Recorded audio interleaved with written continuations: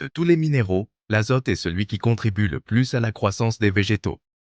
C'est un élément essentiel des protéines, des acides nucléiques, de la chlorophylle et d'autres molécules importantes pour les végétaux. L'azote du sol est essentiellement sous forme organique appelée humus, dont la décomposition par les micro-organismes constitue la source principale de nitrates et d'ammoniac. Dans cette vidéo, nous allons déterminer son origine, explorer ses principales propriétés. Ensuite, expliquer les étapes de sa décomposition pour donner l'azote soluble du sol.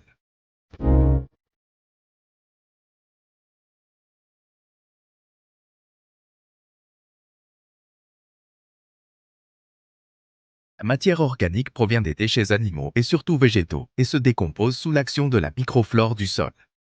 Cette minéralisation s'effectue en deux étapes.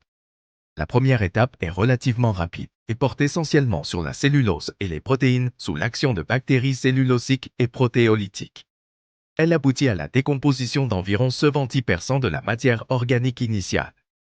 Les résidus de cette première attaque sont difficilement minéralisés et sont compensés par l'apport de nouveaux déchets. Ce mélange forme l'humus.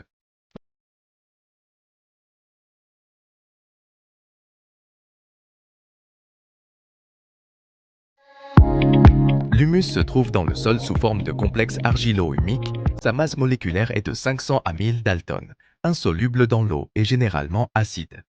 Il est formé de trois fractions.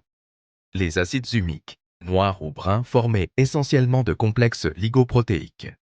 Les acides fulvériques, de couleur fauve, jaune qui tire sur le roux, formés essentiellement des dérivés d'hémicellulose et de cire. Une fraction neutre ou basique formée surtout de débris de cellulose.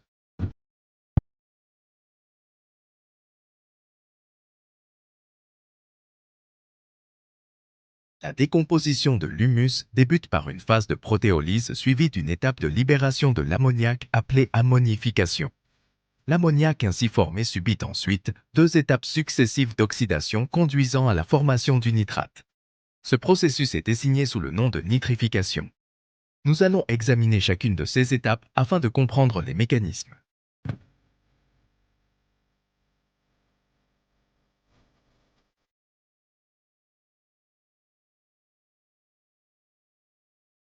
La protéolyse consiste à la dégradation des protéines de la matière organique sous un pH favorable et une bonne aération aboutissant à la libération des acides aminés ou de base purique qu'on appelle azote organique.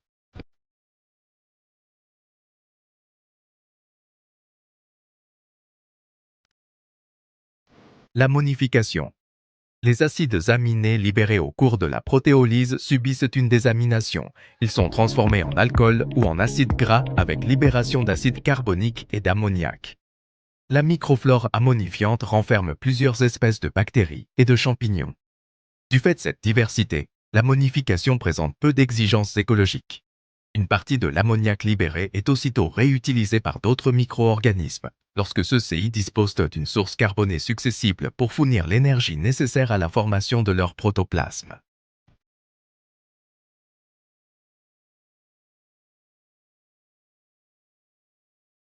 La nitrification est opérée par des bactéries autotrophes, qui utilisent l'énergie provenant de l'oxydation de l'ammoniac en nitrite, la nitritation, puis en nitrate, la nitratation. Les bactéries nitreuses présentent aussi peu d'exigences écologiques aussi bien vis-à-vis du pH que la température du sol. L'humus fournit l'azote du sol, et les plantes savent aussi le capter depuis l'atmosphère. Merci pour votre attention et à bientôt dans une nouvelle vidéo.